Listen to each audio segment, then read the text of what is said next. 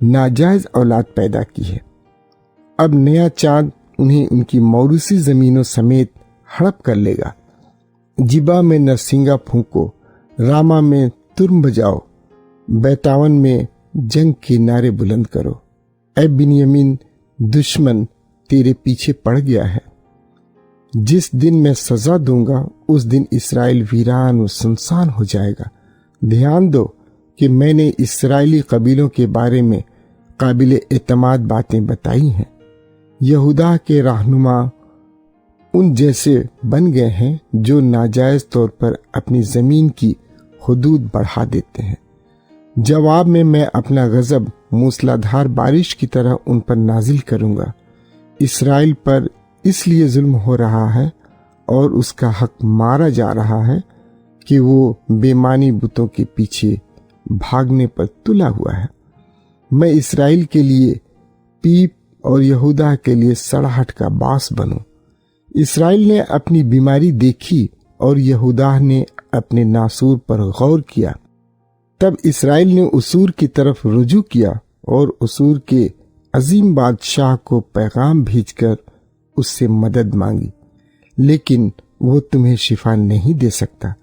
وہ تمہارے ناسور کا علاج نہیں کر سکتا، کیونکہ میں شیر ببر کی طرح اسرائیل پر ٹوٹ پڑوں گا اور جوان شیر ببر کی طرح یہودا پر جھپٹ پڑوں گا۔ میں انہیں پھاڑ کر اپنے ساتھ گھسیٹ لے جاؤں گا اور کوئی نہیں انہیں بچا پائے گا۔ پھر میں اپنے گھر واپس جا کر اس وقت تک ان سے دور رہوں گا جب تک وہ اپنا قصور تسلیم کر کے میرے چہرے کو تلاش نہ کریں، کیونکہ جب وہ مصیبت میں پھنس جائیں گے تبھی مجھے تلاش کریں گے۔ ہوسے باب 6۔ اس وقت وہ کہیں گے، آؤ ہم رب کے پاس واپس چلیں، کیونکہ اسی نے ہمیں پھاڑا اور وہی ہمیں شفا بھی دے گا۔ اسی نے ہماری پٹائی کی اور وہی ہماری مرہم پٹی بھی کرے گا۔ 2 دن کے بعد وہ ہمیں نئے سرے سے زندہ کرے گا اور تیسرے دن ہمیں دوبارہ اٹھا کر کھڑا کرے گا تاکہ ہم اس کے حضور زندگی گزاریں۔ آؤ ہم اس سے جان لیں، ہم پوری جدوجہد کے ساتھ رب کو جاننے کے لیے کوشاں رہیں۔ وہ ضرور ہم پر ظاہر ہوگا۔ یہ اتنا یقینی ہے جتنا سورج کا روزانہ طلوع ہونا یقینی ہے۔ جس طرح موسم بہار کی تیز بارش زمین کو سیراب کرتی ہے، اسی طرح اللہ بھی ہمارے پاس آئے گا۔ اے اسرائیل، میں تیرے ساتھ کیا کروں؟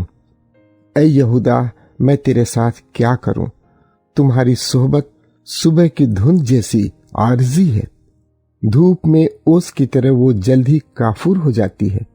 اسی لیے میں نے اپنے نبیوں کی معرفت تمہیں پٹخ دیا، اپنے منہ کے الفاظ سے تمہیں مار ڈالا ہے۔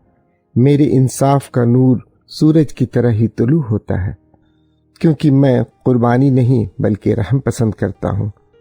بھسم ہونے والی قربانیوں کی نسبت مجھے یہ پسند ہے کہ تم اللہ کو جان لو۔ وہ آدم شہر میں عہد توڑ کر مجھ سے بے وفا ہو گئے۔ جلعاد شہر مجرموں سے بھر گیا ہے، ہر طرف خون کے داغ ہیں، اماموں کے جتھے ڈاکوں کی مانند بن گئے ہیں، کیونکہ وہ سکم کو پہنچانے والے راستے پر مسافروں کی طاق میں لگا کر انہیں قتل کرتے ہیں۔ ہاں، وہ شرمناک حرکتوں سے گریز نہیں کرتے۔ میں نے انہیں اسرائیل میں ایسی باتیں کرتے دیکھی ہیں جن سے رونگٹے کھڑے ہو جاتے ہیں، کیونکہ اسرائیل زنا کرتا ہے، وہ اپنے آپ کو ناپاک کرتا ہے، لیکن یہودا پر بھی عدالت کی فصل پکنے والی ہے۔ ہوسے باب 7۔ جب کبھی میں اپنی قوم کو بحال کر کے اسرائیل کو شفا دینا چاہتا ہوں تو اسرائیل کا قصور اور سامریہ کی برائی صاف ظاہر ہو جاتی ہے، کیونکہ فریب دینا ان کا پیشہ ہی بن گیا ہے۔ چور گھروں میں نقب لگاتے ہیں، جبکہ باہر گلی میں ڈاکوؤں کے جتھے لوگوں کو لوٹ لیتے ہیں، لیکن وہ خیال نہیں کرتے کہ مجھے ان کی تمام بری حرکتوں کی یاد رہتی ہے۔ وہ نہیں سمجھتے کہ اب وہ اپنے غلط کاموں کے وجہ سے گھرے رہتے ہیں، کہ یہ گناہ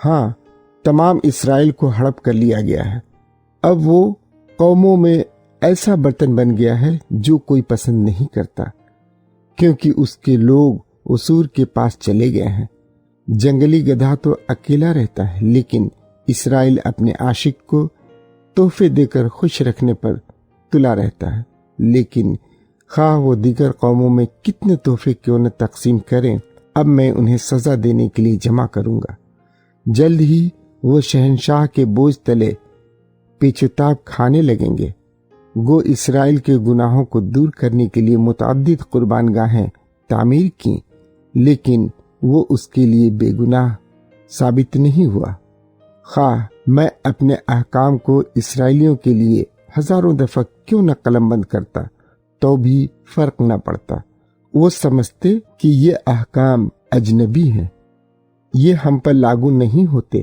گو وہ مجھے قربانیاں پیش کر کے ان کا گوشت کھاتے ہیں، لیکن میں رب ان سے خوش نہیں ہوتا، بلکہ ان کے گناہوں کو یاد کر کے انہیں سزا دوں گا۔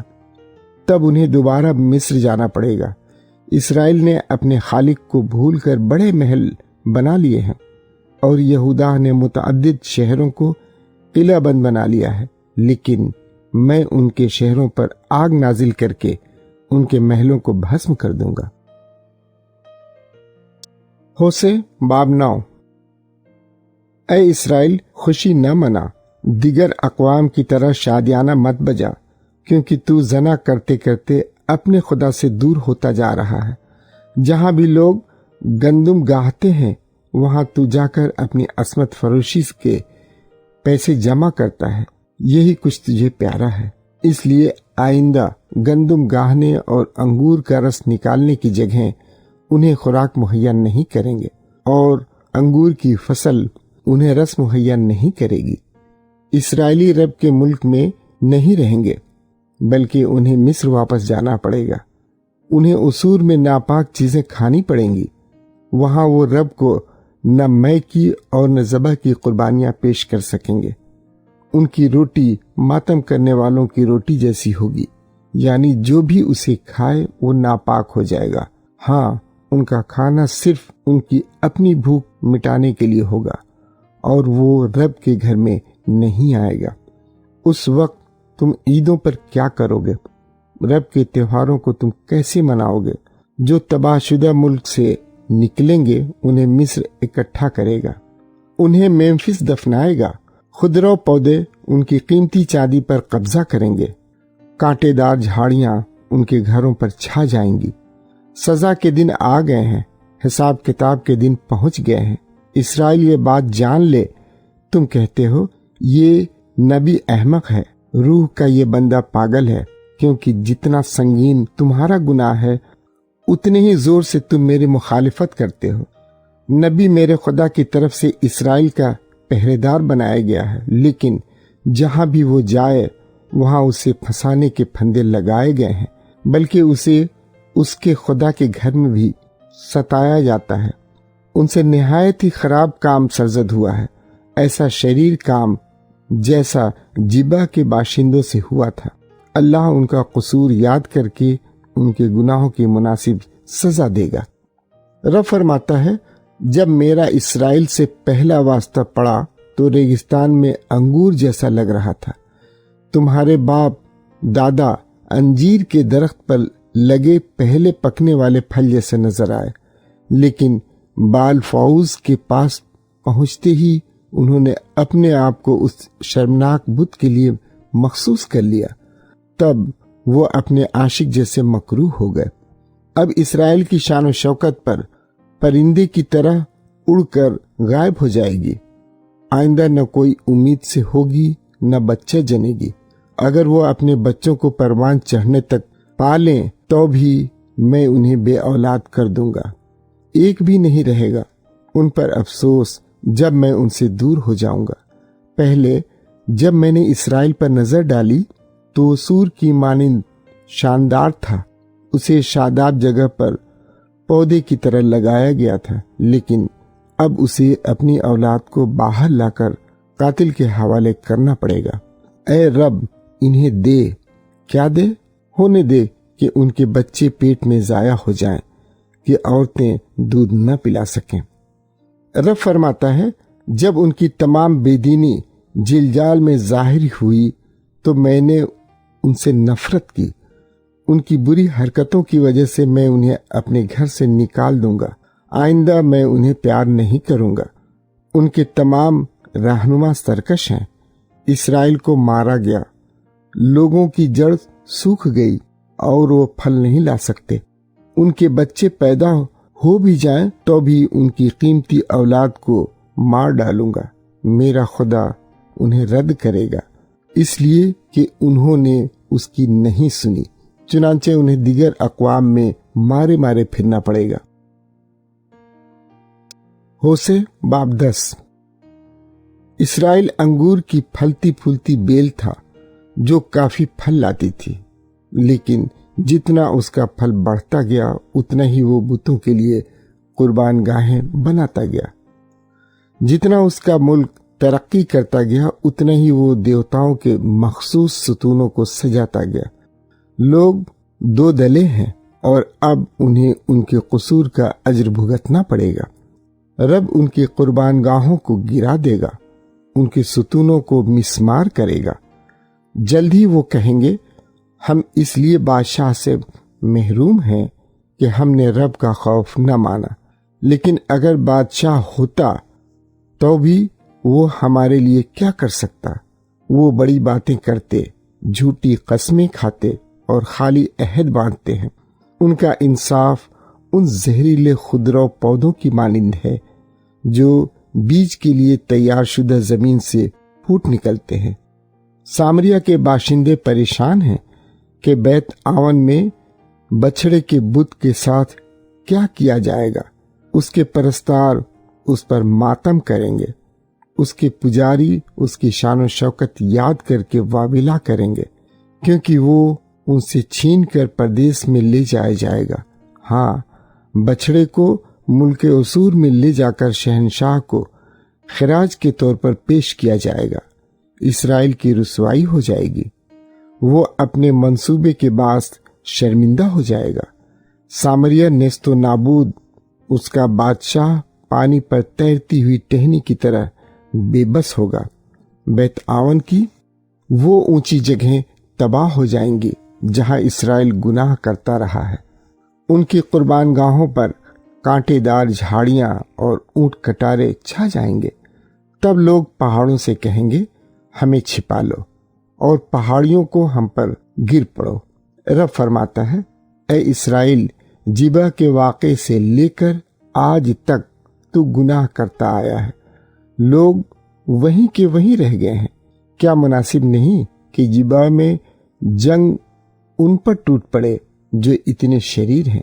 اب میں اپنی مرضی سے ان کی تعذیب کروں گا، اقوام ان کے خلاف جمع ہو جائیں گی جب انہیں ان کے دگنے قصور کے لیے زنجیروں میں جکڑ لیا جائے گا۔ اسرائیل جوان گائے تھا جسے گندم گاہنے کی تربیت دی گئی تھی اور جو شوق سے یہ کام کرتی تھی۔ تب میں نے اس کے خوبصورت گلے پر جوا رکھ کر اسے جوت لیا۔ یہودا کو ہل کھینچنا اور یعقوب کو زمین پر سہاگا پھیرنا تھا۔ میں نے فرمایا، انصاف کا بیج بو کر شفقت کی فصل کاٹو۔ جس طرح زمین پر ہل کبھی نہیں چلایا گیا، اس پر ٹھیک طرح ہل چلاؤ۔ جب تک رب کو تلاش کرنے کا موقع ہے اسے تلاش کرو، اور جب تک وہ آ کر تم پر انصاف کی بارش نہ برسائے اسے ڈھونڈو۔ لیکن جواب میں تم نے ہل چلا کر بے دینی کا بیج بویا، تم نے برائی کی فصل کاٹ کر فریب کا پھل کھایا ہے۔ چونکہ تو نے اپنی راہ اور اپنے سورماؤں کی بڑی تعداد پر بھروسہ رکھا ہے، اس لیے تیری قوم میں جنگ کا شور مچے گا، تیرے تمام قلعے خاک میں ملائے جائیں گے۔ شلمن کے بیت اربیل پر حملے کے سے حالات ہوں گے، جس نے اس شہر کو زمین بوس کر کے ماؤں کو بچے سمیت زمین پر پٹخ دیا۔ اے بیتیل کے باشندوں، تمہارے ساتھ بھی ایسا ہی کیا جائے گا، کیونکہ تمہاری بدکاری حد سے زیادہ پاؤں پھڑتے ہی اسرائیل کا بادشاہ نیست ہو جائے گا۔ ہوسے باب 11۔ رب فرماتا ہے، اسرائیل ابھی لڑکا تھا جب میں نے اسے پیار کیا، جب میں نے اپنے بیٹے کو مصر سے بلایا، لیکن بعد میں جتنا ہی میں انہیں بلاتا رہا اتنے ہی وہ مجھ سے دور ہوتے گئے۔ وہ بال دیوتا کے لیے جانور چڑھاتے، بتوں کے لیے نجور جلانے لگے۔ میں نے خود اسرائیل کو چلنے کی تربیت دی، بار بار انہیں گود میں اٹھا کر لیے پھرا، لیکن وہ نہ سمجھے کہ میں ہی انہیں شفا دینے والا ہوں۔ میں انہیں کھینچتا رہا، لیکن ایسے رسوں سے انہیں جو انسان برداشت نہ کر سکے، بلکہ شفقت بھرے رسوں سے۔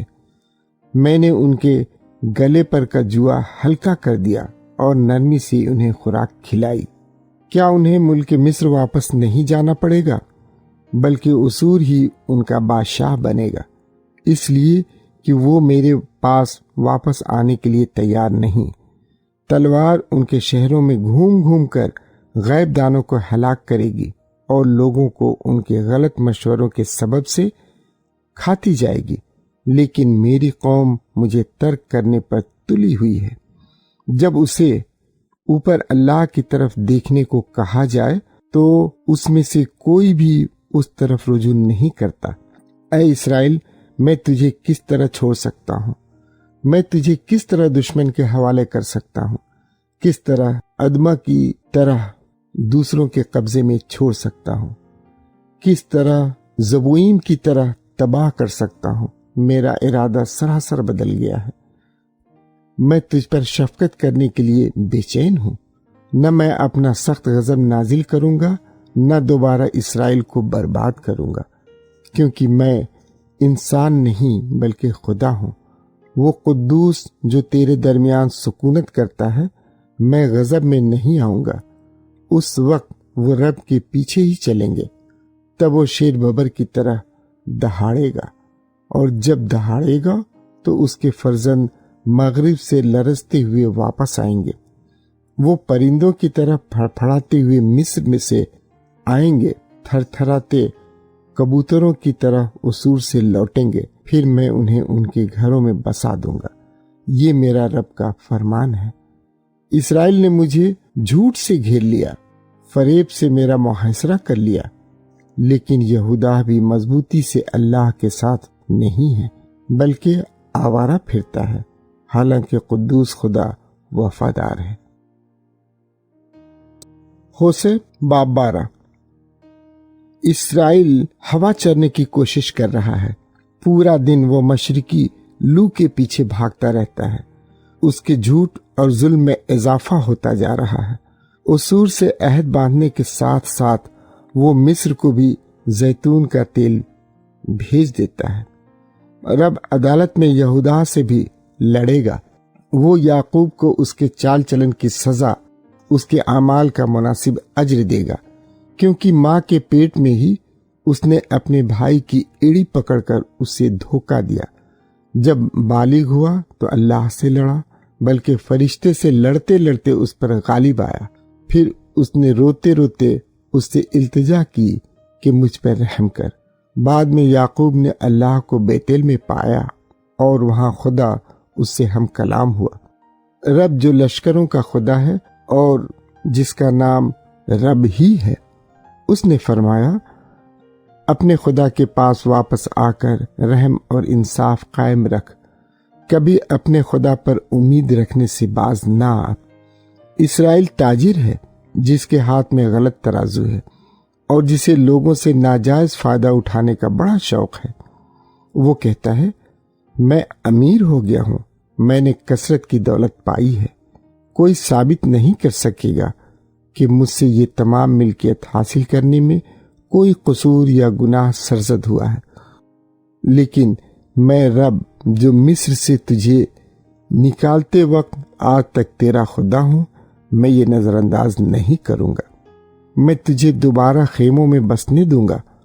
یوں ہوگا جس طرح ان پہلے دنوں میں ہوا جب اسرائیلی میری پرستش کر کے ریگستان میں جمع ہوتے تھے۔ میں بار بار نبیوں کے معرفت تم سے ہم کلام ہوا، میں نے انہیں متعدد بار رویائیں دکھائیں اور ان کے ذریعے تمہیں تمثیلیں سنائیں؟ کیا جلاد بے دین ہے؟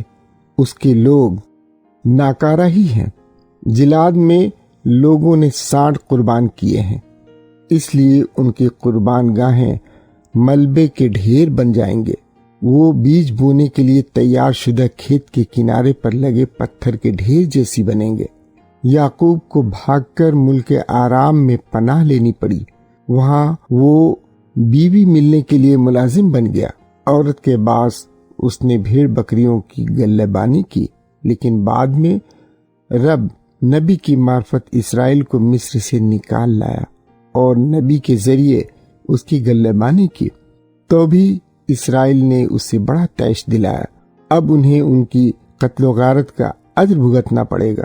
انہوں نے اپنے آقا کی توہین کی ہے اور اب وہ انہیں مناسب سزا دے گا۔ ہوسے باب 13۔ پہلے جب اسرائیل نے بات کی تو لوگ کانپ اٹھے، کیونکہ ملک اسرائیل میں وہ سرفراز تھا، لیکن پھر وہ بال کی بت پرستی میں ملوث ہو کر ہلاک ہوا۔ اب وہ اپنے گناہوں میں بہت اضافہ کر رہے ہیں۔ وہ اپنی چاندی لے کر مہارت سے بت ڈھال لیتے ہیں، پھر دستکاروں کے ہاتھ سے بنے ان بتوں کے بارے میں کہا جاتا ہے، جو بچڑے کے بتوں کو چومنا چاہے وہ کسی انسان کو قربان کرے۔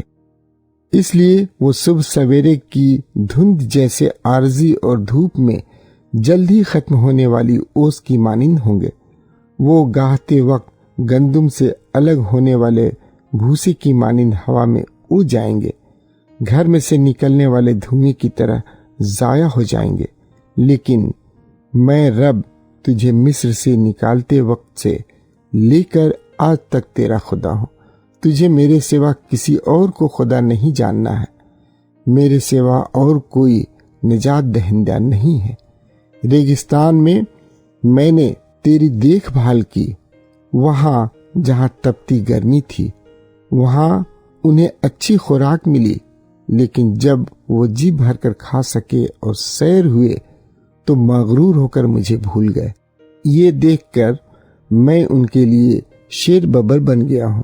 اب میں چیتے کی طرح راستے کے کنارے ان کی تاک میں بیٹھوں گا، اس ریچھنی کی طرح جس کے بچوں کو چھین لیا گیا ہو۔ میں ان پر جھپٹا مار کر ان کی اتڑیوں کو پھاڑ نکالوں گا۔ میں انہیں شیر ببر کی طرح ہڑپ کر لوں گا اور جنگلی جانور انہیں ٹکڑے ٹکڑے کر دیں گے۔ اے اسرائیل، تو اس لیے تباہ ہو گیا ہے کہ تو میرے خلاف ہے، اس کے خلاف جو تیری مدد کر سکتا ہے۔ اب تیرا بادشاہ کہاں ہے کہ وہ تیرے تمام شہروں میں آ کر تجھے چھٹکارا دے؟ اب تیرے رہنما کدھر ہیں جن سے تو نے کہا تھا مجھے بادشاہ اور رہنما دے دے؟ میں نے غصے میں تجھے بادشاہ دے دیا اور غصے میں اسے تجھ سے چھین بھی لیا۔ اسرائیلیوں کا قصور لپیٹ کر گودام میں رکھا گیا ہے، ان کے گناہ حساب کتاب کے لیے محفوظ رکھے گئے ہیں۔ دردزہ شروع ہو گیا ہے، لیکن وہ ناسمجھ بچہ ہے، وہ ماں کے پیٹ سے نکلنا نہیں چاہتا۔ میں فدیہ دے کر انہیں پاتال سے کیوں رہا کروں؟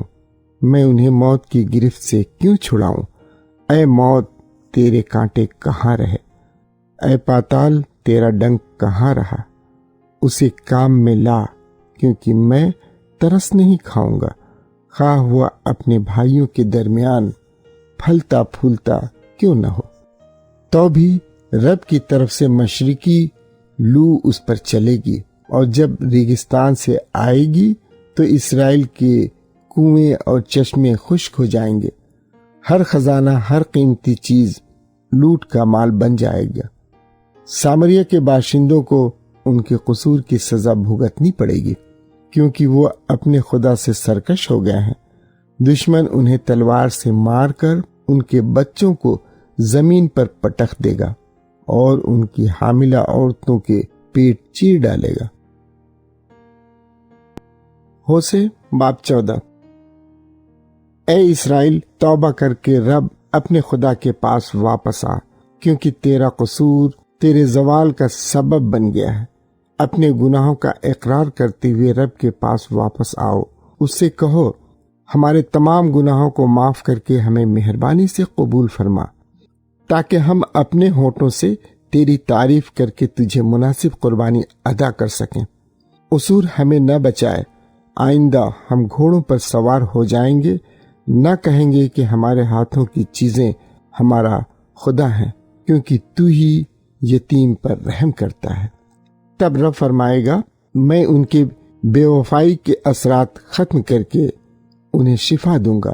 ہاں، میں انہیں کھلے دل سے پیار کروں گا، کیونکہ میرا ان پر غضب ٹھنڈا ہو گیا ہے۔